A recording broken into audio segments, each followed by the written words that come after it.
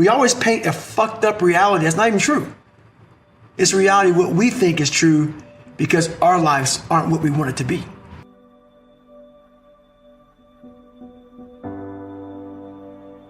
I realized that God wasn't going to give me a get out of jail free card. And from the time I was born into the time I was 19 years old, my life had these hurdles. I constantly hit obstacles, obstacle after obstacle after obstacle. And I had to figure out how to manage suffering, how to deal with it, because it'd be part of my life forever. At least that's what I thought.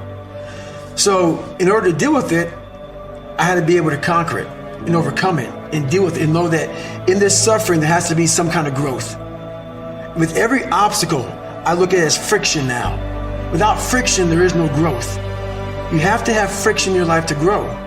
So I start looking at all these different things versus the woe is me mentality. Like, oh my God, look at my life. My life's so fucked up.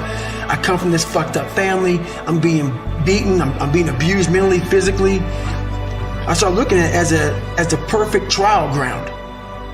So I had to flip it upside down and say, okay, I'm suffering tremendously, mentally. Use this to your advantage versus your disadvantage. So that's what I did. Versus looking at it as like, oh my God, woe is me, I'm never gonna get out of here. I looked at it as, okay, hang on a second. If I can overcome this, if I can find some power in this, some way to get through this, that right there will be the fuel for the rest of my life. And so I found great strength in suffering. Great strength in it because why? Through all of that, it started to callous my mind over the victim's mentality. This whole thing about suffering, yeah, it sucks. Really bad. Really, really bad. But we all live on this side of suffering. On this side, this nice box that's very comfortable, that we know when everything's gonna happen. We're in it, it's good. We know how everything's gonna turn out. It's those few people who are willing to go on this side of suffering. And once they get through that, ask him how he feels now. His mind, how far he grew. In that short period of time, he grew so much more than the normal person because he was willing to go outside himself. Because on the other end of suffering is greatness. It's not over here. So a whole bunch of us, we put ourselves in this great box. And in that box, there's no suffering in it. So what we do is we shelter ourselves from greatness. So for me, for instance, I was 300 damn pounds at one time in my life. Sprayed for cockroaches, made $1,000 a month. I was living in that box. I would sometimes look over the box and I saw hell, suffering, storms, avalanches, tornadoes. I don't want to go over there, but I knew if I can get through that shit mentally, on the other side was a 185-pound person who's a Navy SEAL, went through Ranger School. Only person to do this, only person to do that, only person to do this. But that's through all of that shit. All that shit I have to go through. So you peek over the box and you go back in and say, oh, I'm okay being 300 pounds, making $1,000 a month. Right. I'm okay over here. And on the other side is where you start to really start your journey. People think they start their journey because they're born. No, there's a lot of people in graves who have lived 100 years and have never started their real journey. Your real journey starts when you go outside that box and you start climbing mountains. You start climbing mountains. And you think you're at the top of the mountain, you go down the other side of it, think, I'm here. And you look up, fuck, there's another fucking mountain. And it goes on, and it goes on, and it goes on. And just when you're getting ready to quit, you crest that final mountain, you get down and you look, and there you are. And it starts to make sense to you then. It doesn't make sense to you until you get outside that fucking box. I'll talk to so many fucking people, and what I say is not for everybody. So many people don't have any clue on what the fuck I'm saying because they're in this box, and it's their brain. You first must go through suffering to find that great peace we're all looking for. A lot of us want to have, there's a lot of books out there about this 5 steps. Do this, do this, do this, get there. No, man, it's not that easy. To find real, permanent peace and enlightenment, you must go to the dark side of who you are. I could have easily just shoved my whole life under a rug and went straight to peace. Are you happy there? You overcame nothing. You jumped hell, you skipped hell, you forego this part of your life, you skip it and go right to peace. So you always have this thing back here that's haunting you, and that's that darkness. You must go into the darkness to truly find that light that you're looking for. Because that's what's on the other side of that. People get it all wrong, man. You have to face suffering. You have to face this dark side, this darkness. And there's a lot of energy in there. There's a lot of goodness in there that you can use to find greatness. But you cannot find your peace you're looking for in yourself until you've overcome yourself. I think that when you die, this is my own mindset, that you arrive in line. It helps me to get past a lot of things. You arrive in line, and let's say you're in front, let's say you die right before me, and you're in line, and God's sitting there with the clipboard, okay? Sitting there with the clipboard, like me and you're sitting right now. He's looking at you, and he says, hey, you made it to heaven, good job, okay?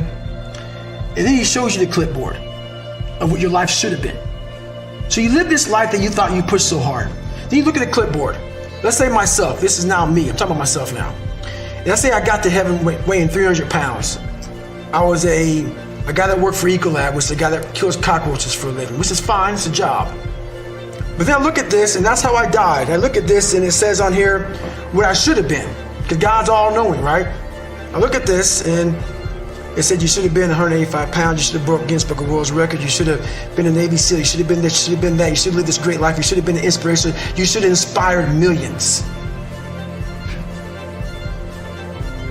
And then you get the clipboard back to God. Let's say you lived 80 years on earth, and now you realize that you lived here being a shell of who the fuck you should have been. So now you're in heaven. But are you really in heaven? Because now you see how much you fucking left down there on earth.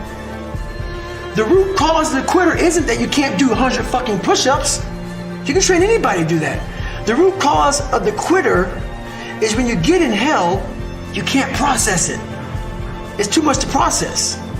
Because your mind starts going back to the real reality of like, I'm not ready, I'm not good enough. It's not trained. So I started training this, realizing that the only thing that makes me quit is not the muscle fatigue, it's the mental fatigue that makes me quit everything in life. So I became a practitioner of the mind. The mind's a very powerful thing. It has a tactical advantage over you all the time. It knows your fears, right. It knows your insecurities, it knows where you don't want to go. So it will guide you away from that. And that's why the mind will always win until you reprogram it. It will always win until you fucking reprogram it. Because the mind controls you. Why is that? It's your fucking mind. It's your mind. Because all those things that happen to you in your life, all those bad things, all those things that you blame other people for, they're now yours to own. You got to figure out a way to reprogram your mind to get outside the box.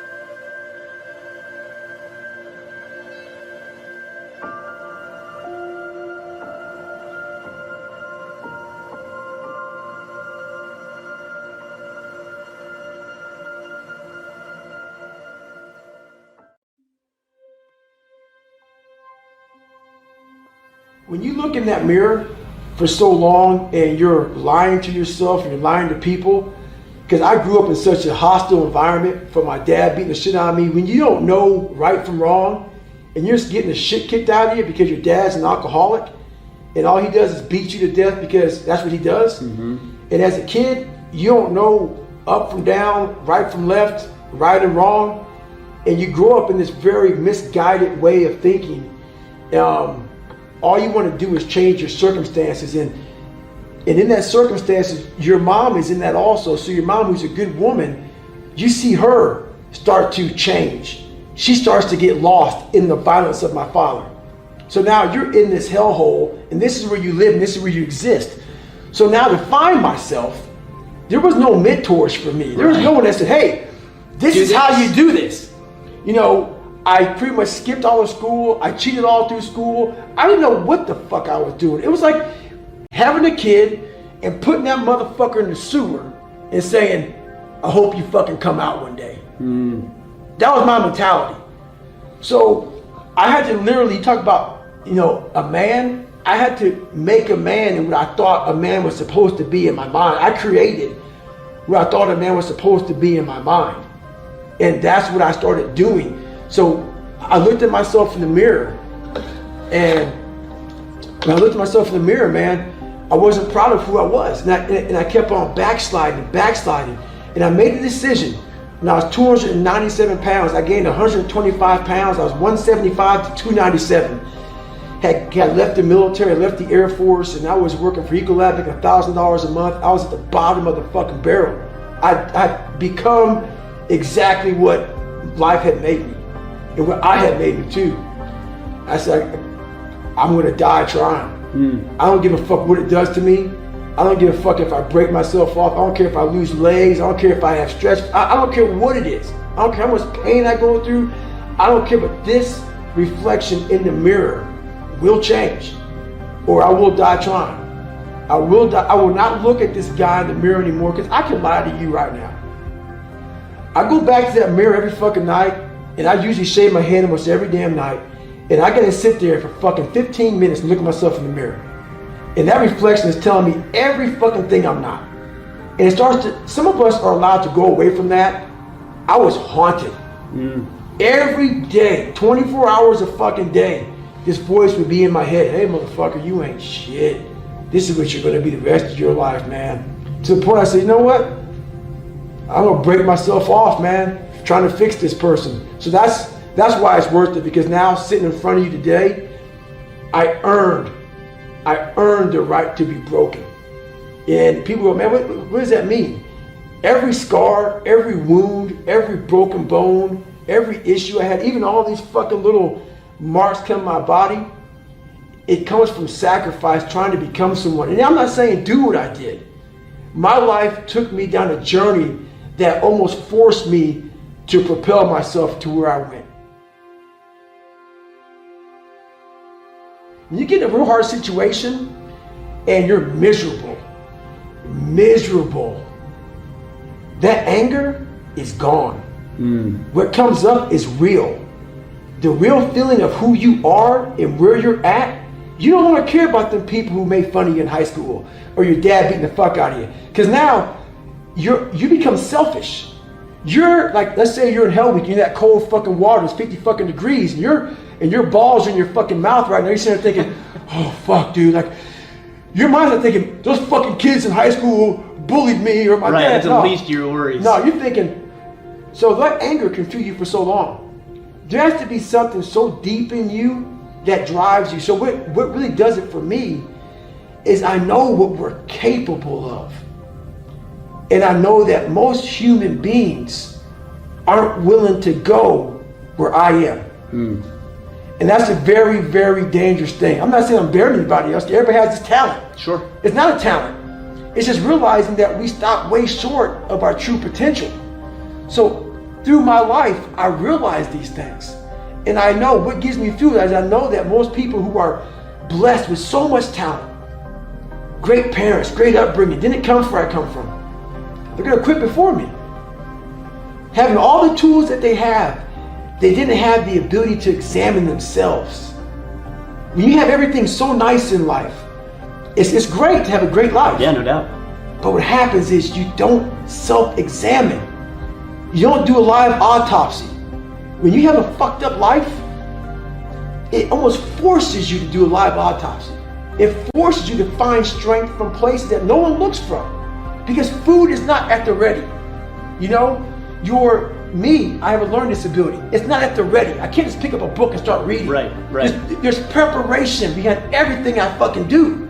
There's everything I do has to come with so much fucking preparation. It's despicable. It makes me sick. My own personal life makes me sick. That's why I'm so disciplined now. Without my self-discipline, there is no David Goggins. Like I can't stop reading. I won't be able to read tomorrow. I will lose it that fast. Wow, yeah. I cannot stop going to the gym. My mind is set up in a spot where, hey, the second I stop, it wants to stop. Because I had a quitting mind growing up. When you get beat the shit out of you all the time, your mind wants to go to that nice spot where you're comforted, where you're not trying, where shit is easy. That's where your mind, it doesn't want to think. You have all these things in the mind, and the mind can only absorb so much shit. So all the pain it has to go through, it wants to push it away and say, let's not do that. So every day I'm fighting where the mind wants to go. So it's a constant evolution, man. I've never arrived. That's right now I'm stressing out 2-3 hours a day. I'm trying to reinvent the wheel. I'm like, oh man, I went through Navy SEAL training being fucked up. I ran over 7,000 miles in 2007 being fucked up. I did pull-up records being fucked up. Now that the mind is so fucking strong, let the body catch the mind. So that's now where I'm at. So I'm always trying to reinvent the wheel and see what I'm capable of next. That's why a lot of people resonate with me, because I skip through all the fluff. Mm-hmm. I skip through all the fluff. Right.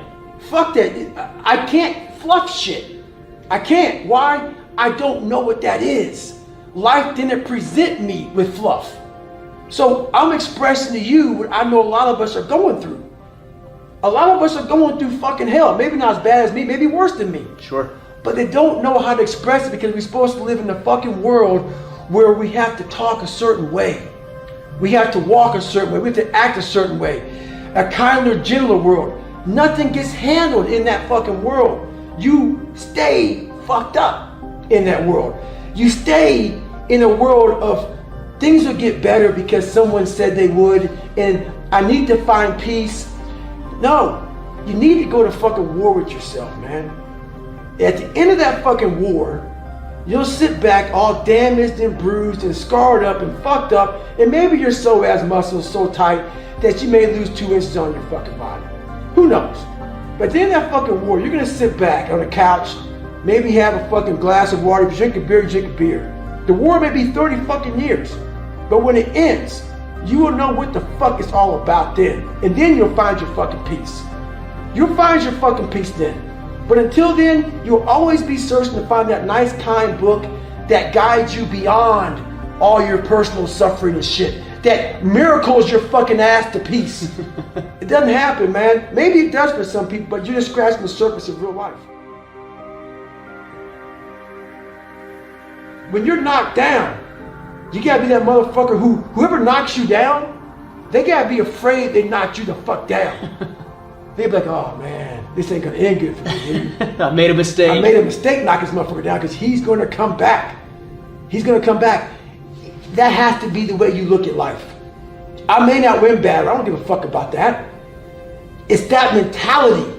It's that mentality of, if you knock me the fuck down, you're gonna say to yourself, I shouldn't have done that to that motherfucker. Mm-hmm. That's the mentality that keeps you in the fight. And that's all it's about, man.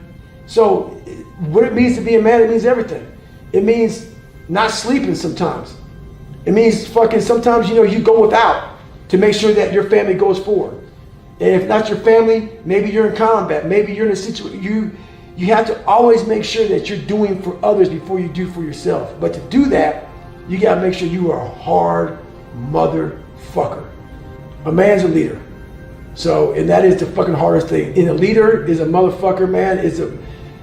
You're oftentimes unhappy. People don't like you. People fucking hate you. People do not understand you. But you always have to make the best decision.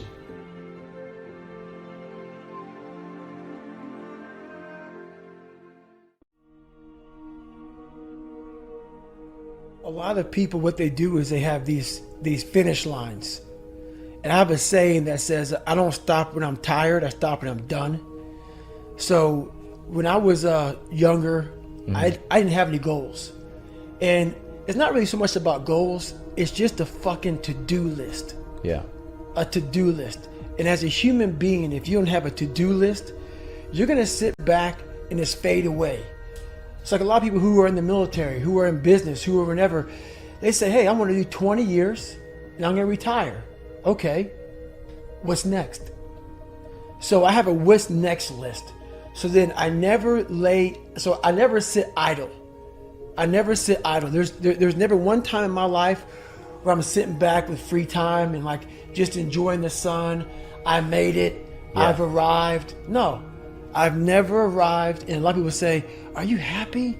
Because I'm so driven that it almost makes people who are weaker in the mind think, my God, you must not be happy. That's a weaker person's way of saying, you've overachieved, David Goggins, and you're making me feel like shit. Yeah. So if I'm making you feel like shit, sorry about that. No, if I'm making you feel like shit, I'm doing my job. Yeah. If you ask me if I'm happy, I'm doing my job. Because when I was a weak person, these are some of the things I would ask a very driven person, because I didn't understand what the fuck they were doing. Because they were so driven that my mind was so weak that I was like, they must not be happy. Yeah. I would find a way to put a title like they're crazy, or they're not fulfilled, or they're empty, because I didn't have what they had. Yeah. So basically, if I get these questions, I know I'm exactly where I need to be. I'm making you feel a certain way. I'm the hardest working guy that doesn't talk about it. Yeah. You know? Yeah. So basically, I don't take any days off as far as working out. What I realized growing up is you have to build your armor. Yeah. Your armor. Your first thing in the morning time is you have to build your confidence. And every day you're constantly gaining and losing confidence. You're never staying the same. So how you build your confidence is, if you like what you see in that mirror, that's how you start your day off. If you wake up and you look fat, you look out of shape, you're not, you don't feel good, which is, or you don't feel good inside. So my whole big thing is get up and work out. Shed some calories. Get the adrenals going. Get the mind going. Get all that going. Every day I run. Every day I work out. And every day I stretch. So I spend anywhere from 3 to 5 hours a day working out. I'm constantly thinking about my life. Yeah. Raw things about my life, because I want to share these things with people. I'm constantly, and see, I don't post a lot. I don't post, it's like most people post just to post. So my daily routine is like, I don't get up and start just posting stuff 3 and 4 times a day. Yeah. I post when something is meaningful, because I want people to get something out of it. I don't want to just be on social media and say, hey, I'm posting, let me get more followers, tag someone, hashtag this bullshit, hashtag that bullshit. No, this is a message about you. So every day I'm running, every day I'm working, I'm thinking about, do I have anything that I can share with people today that's powerful? And I'm constantly writing books. So I have one book out right now. I have my second book coming out, but I'm not gonna have it coming out anytime soon, because I want it to be perfect. Yeah. So my whole thing about life is putting all your energy into one thing. So my routines are always about synergy, focus, hyper focused. It's always about mind, because I know once your mind gets away from you, you've lost. When I go out to run, I get all my ideas. All my ideas come from when the blood pressure and the intensity is high. Yeah. Because that puts me back in the dungeon. Yeah. I remember when I was 300 pounds, my most inspirational time is when I was 300 pounds and I was trying to lose weight, and I was having all these self-talks, trying to find strength all over my brain. How the fuck am I going to do this? How the fuck? Yeah. So you start to have these different mantras, like almost every 3 or 4 seconds, a different mantra comes up. And just there's a lot of power in that, from being that underdog mentality. Yeah. And whenever I go out to work out, it's not like I'm David Goggins now, 44, I've achieved a lot. Every time I go out to work out, I'm that 300-pound guy. Got it. Spraying for fucking cockroaches. Nothing. Because if you think that way, you can only achieve the best. Yeah. If you've arrived and you go out there, I don't need to be out here doing this. So when I tell people, hey, stop listening to music for a little bit, put your fucking phone down, put the computer down, really focus. The most powerful weapon is your brain. It relates to them. They're like, oh man, yeah. We weren't raised on this shit. Mm-hmm. They can kind of go back in the dungeon, but these millennials grew up with all this technology. Yeah. And all this noise. It's so fucking noisy out here that they can't hear themselves think. Yeah. So the people who really get the most bang out of my message, even though millennials follow me the most, are people who are from 30s to 50s. Because they're like, you know what, man? Yeah, I fucking get that. Yeah. I remember back when I was a better human being before I started being dependent on my phone and dependent on this and dependent on that. And literally, you can't even have a conversation with somebody nowadays because their minds are so out of it. Or they're checking the Instagram. Yeah, man. Like, hey, yeah, So they're like looking at you and their phone and they're here. And then as you're having a serious conversation, an enlightening conversation, they then come out of nowhere and say, hey, did you hear about Trump? You're like, what the fuck is your problem, man? You can't hold a fucking attention span for longer than 15 seconds. Yeah. That's why you're not successful. Yeah. It takes a lot longer than 15 seconds to be focused on becoming rich, fucking becoming a better person, becoming smarter, becoming more athletic, losing weight. It takes time. Your mind needs to be focused on that fucking task. I don't really blame them. That's the world that they grew up in. Yeah. So that's what they're seeing. Yeah. They're seeing a lot of kids who are like 25, 26, 27, 28 who are making these big dollar numbers, man, from like inventing something or coming up with some new fucking app or whatever, man, making a lot of money. Yeah. So they want to have the opportunity. Yeah. But they don't realize only 1%, less than 1% are going to have the opportunity. Yeah. You got to go back to old school, which is there's no fucking secret. Yeah. It's just hard fucking work. Yeah. Yeah. And I hate to say it, man. Everybody goes, what is your secret, man? What's your secret about business? What's your secret about this? What's your secret about that? You don't want the fucking answer. The answer is, you see these fucking hands? Hard work. Hard fucking work, man. Yeah. I'm sorry. Yeah. I'm sorry. I'm not going to voodoo some shit. I'm not a magician. It's not magic. It's literally, you're going to have to wake up. Yeah. And you're going to have to sit there and say, fuck, today's going to suck. And then when that day is over, you're going to wake up again and say, fuck. Yeah. The next day is going to suck. Yeah. And that's going to be your life. Yeah. Unless you're this guy who sits back and says, oh, I have this great idea. And it happens to work. Yeah. And you could be some lazy fat ass that sits back and makes millions of dollars off of some idea. Yeah. But the majority of it, you just wake up every day, punch that mental time clock and say, this is going to suck. Yeah. I think the combination of hard work with technology is going to be like the game changer. Yeah. Game changer. But the problem is that most of them are they just want to do the technology part, but not the hard work. That's the fun part. You were bullied. Yeah. Do you remember how many nights you spent by yourself in your fucking head thinking about what kind of piece of shit you were? Yeah. And how miserable that fucking was? Yeah. That's exactly my drive. I know that there's not just me and you. There's millions and millions, especially nowadays. Yeah. With all this fucking pressure, man. You can now bully a motherfucker on your phone. Mm-hmm. Back in our day it was face to face. You can do everything over your phone. The pressures of trying to keep up with everything is at an all-time high. And our mindsets are at an all-time low. We are the weakest we've been mentally ever since the beginning of time. And it's even harder. So it's harder with a weaker mind. So all I want to do, my whole drive is about, I have a really good way of visualizing people suffering. Because a lot of people do it. We have two sides of us. We have one side that is that happy-go-lucky side, that nothing's wrong and everything is good. But we have that side at home when no one's around that's depressed and miserable and we're not good enough. Yeah. And whatever happened to you is real. So that's my drive. I want to make sure that I give people as much power as I can. So when they get up every fucking morning, they know that, hey, I have the ability to not only survive in this world, but thrive in this world just by the mere fact of hearing about my story.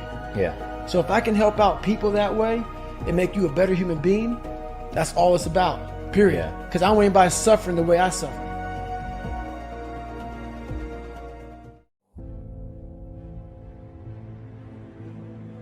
If you can get through to doing things that you hate to do, on the other side is greatness.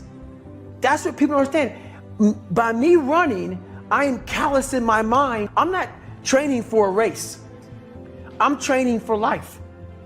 I'm training for the time when I get that 2 o'clock in the morning call that my mom is dead or something happens tragic in life. I don't fall apart.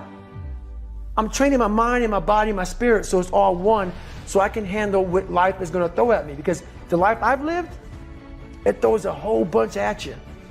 And if you're not physically and mentally prepared for that, you're just going to crumble and you're good for nobody. We are all great.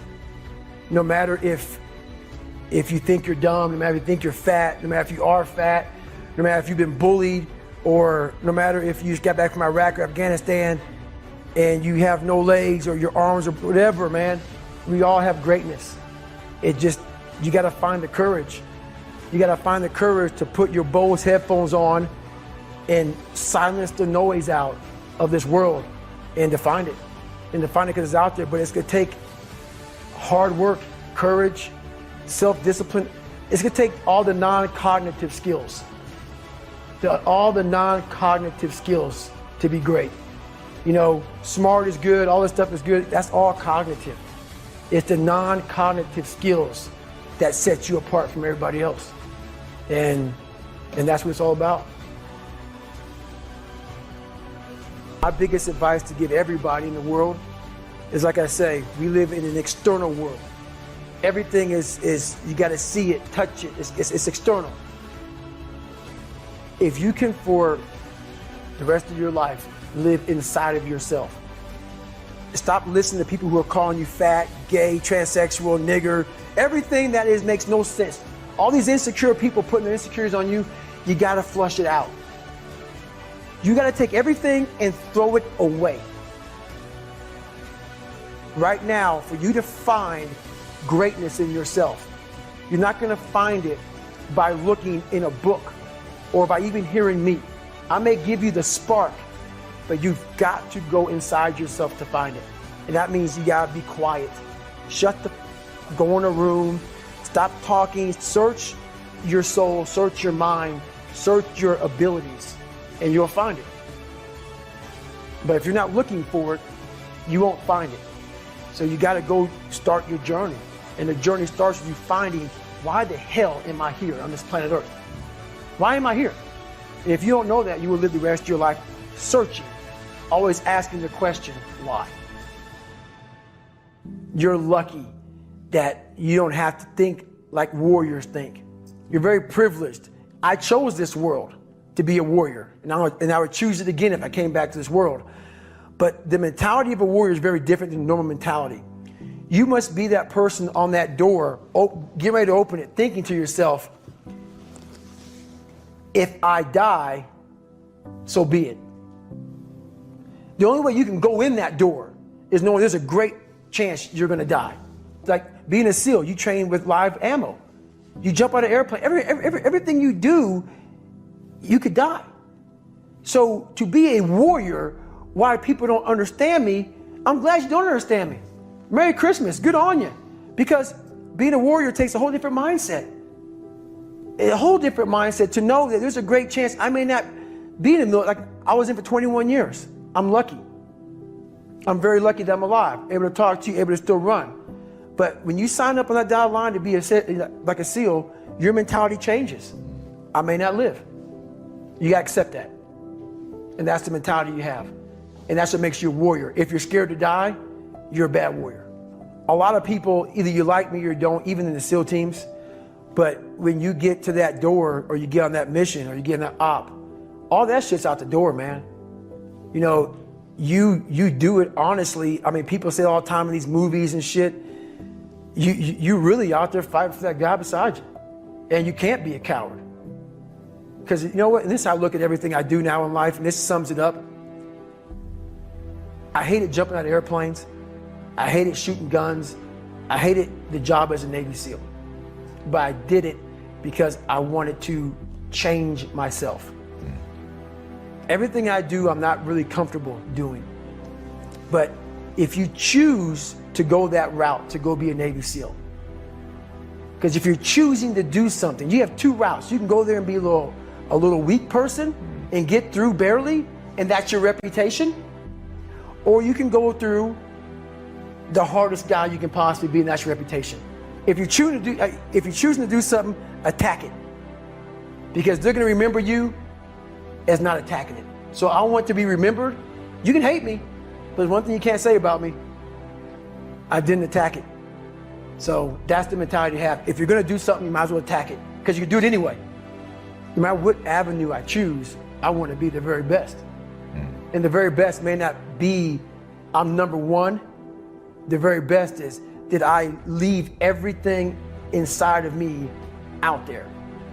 So attacking is not like, oh, I want to win this or win that or be the best. The best is I'm running against myself in everything I do. And that's what I attack. I attack myself. I'm always questioning myself. The accountability mirror is something that I kind of came up with in high school. Like I said, I started shaving my head when I was 16. And I got caught up in trying to impress so many people because no one liked me. So I developed so many different identities. Let me sag my pants. Let me pull my pants up.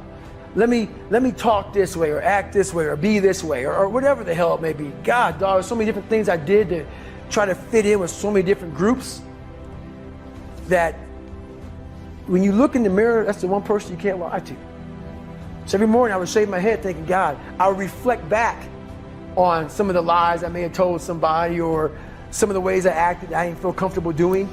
And I did it to impress other normal people. The key word there is normal, everyday people. I was trying to make other people like me. How pathetic is that? So this mirror would always tell me, my reflection would say, God, you are a pathetic man. How does it feel every day to be this way? So I would just start having myself accountable. How did I attack today? How did I attack yesterday? And if I didn't do something I was proud of, I would write down a sticky note and I would fix it. I just retired from the military in November 2015. And I was going and going and going and going.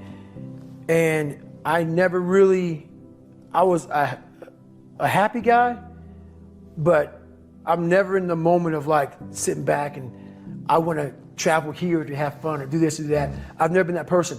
But the first time I really got a chance to experience true happiness and true peace was so what I did to myself to become who I am today, it takes a great toll on your body. So I believe God gave me time to rest and he took me out of commission. Not even the mind of Goggins could get me back up. So I had about a good 6-7 months where I was out. And when I was out, I had time to reflect on all I had accomplished. And that was the first time in my life where I sat back and said, wow. Because only I may be telling you some of the story. I know the exact truth of how brutal my life was and how I shouldn't be on this show today. And how the mind and how beautiful it is. So what brings me joy and happiness is knowing how beautiful the mind is. And I'm one of the few people that didn't read about it, didn't experience it through some drug. I got to experience the beauty of true willpower. I'm going to fail and I will succeed. Just me talking about that gives me a feeling I know what I did. And I don't need to travel somewhere or to have this or have that. I have it all here in my mind. The beauty is remembering this young, dumb, what people called nigger is now where I'm at today. And that is, when you finally get to that point for me, it's forever lasting peace. Greatness isn't running 200 miles at a time or doing 4,000 pull-ups or being a SEAL. Greatness is whatever the hell you dreamed of in your own mind. You got to first see it. You got to first create this vision in your mind. And then that's when I come into play. Once you create this vision in your mind, it's how am I going to get there now?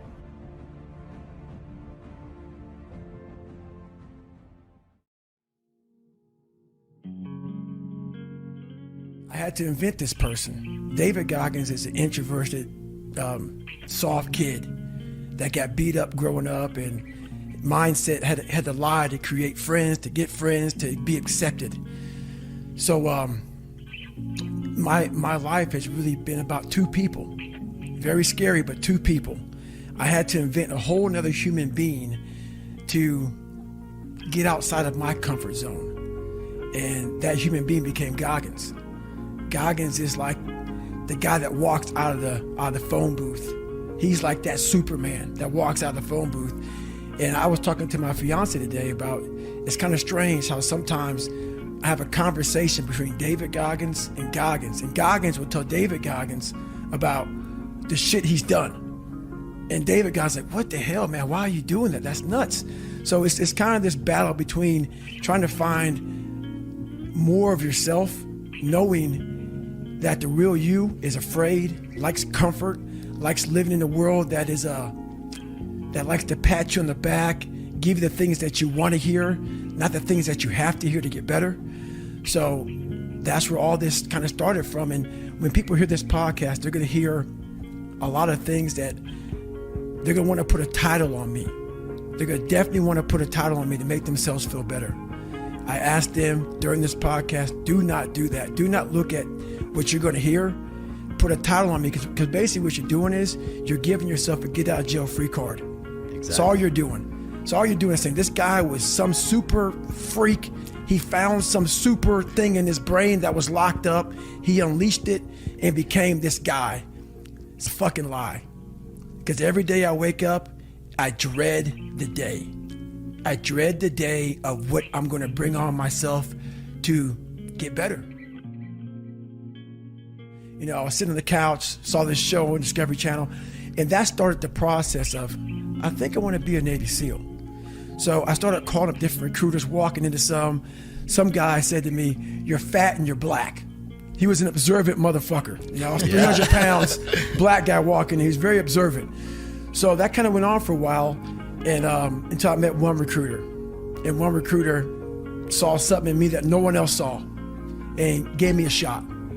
And a challenge, right? Come back, lose the weight. Right.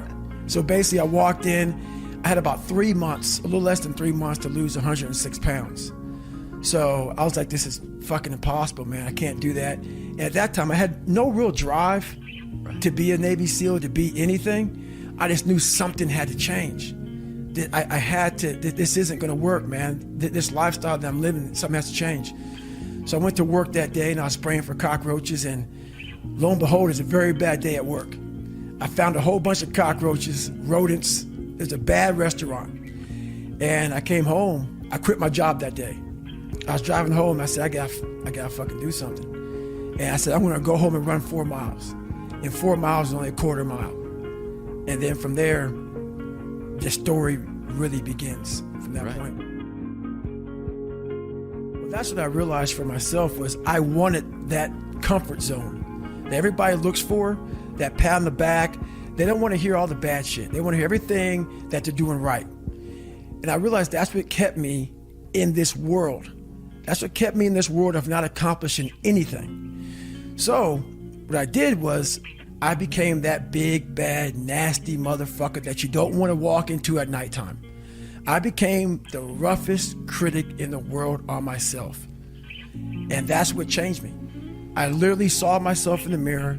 I saw the truth versus saying, you know, my dad did this to me from beating me, kids in school from calling me did this to me, my life did this to me, my fucked up broken foundation did this to me. I took that and said, you know what, well, some people may help this happen, but now I have to own this. No one's gonna come back to save me. No one's gonna come back on this fucking couch and say, hey, it's okay. You're gonna be okay. No, I'm not.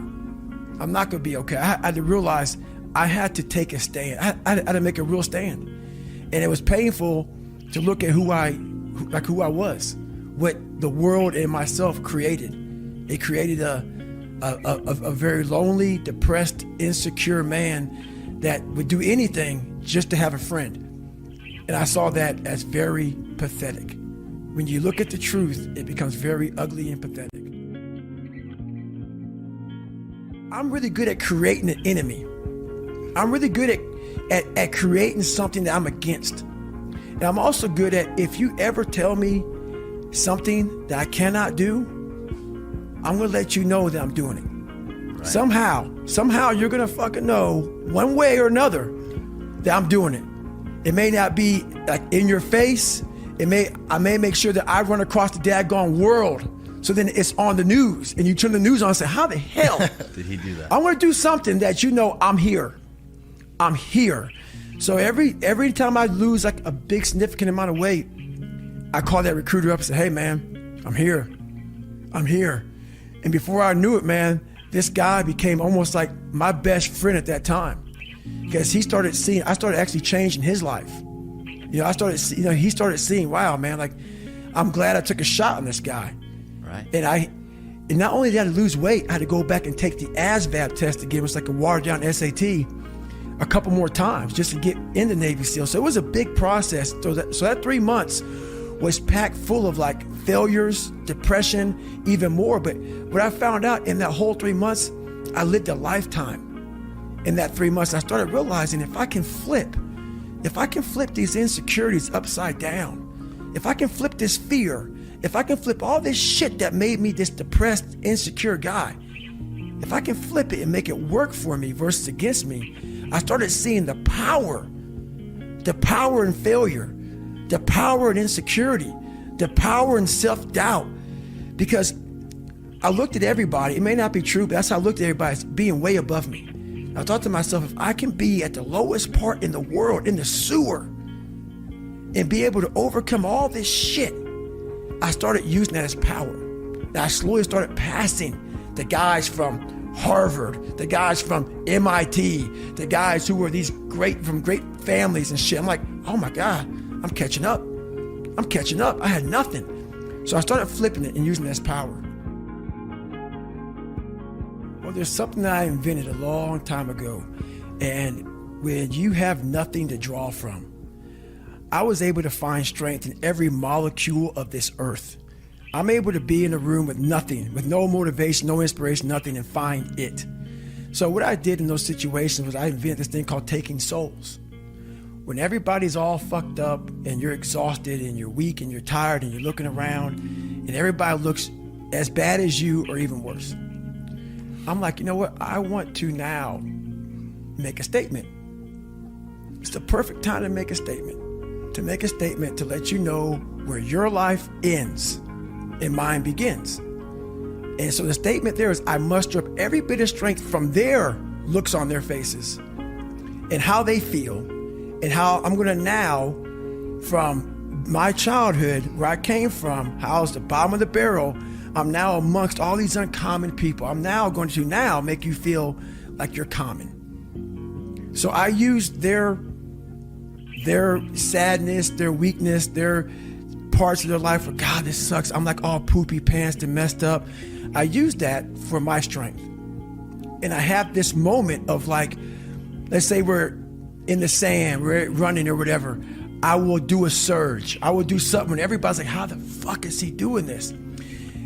And from that look on their face, that feeling of, God, man, this guy must be something special. It then surges me further and faster and harder for a long time. So it's energy's everywhere. But the thing is, it's so loud, that voice in your head of pain and suffering and discomfort and I don't want to do this is so loud that you're unable to really calm it down and say, okay, there's something here. It's a patient calm that you have to bring yourself to say, I know I have something here, but that voice is so powerful that it just wants you just to, let's leave. Right. We're done. It spazzes you out and you want to go versus saying, let's take a second. Hang on. Before we spaz the fuck out, hang on. And in that moment, you can think clearly and find that strength out there for you.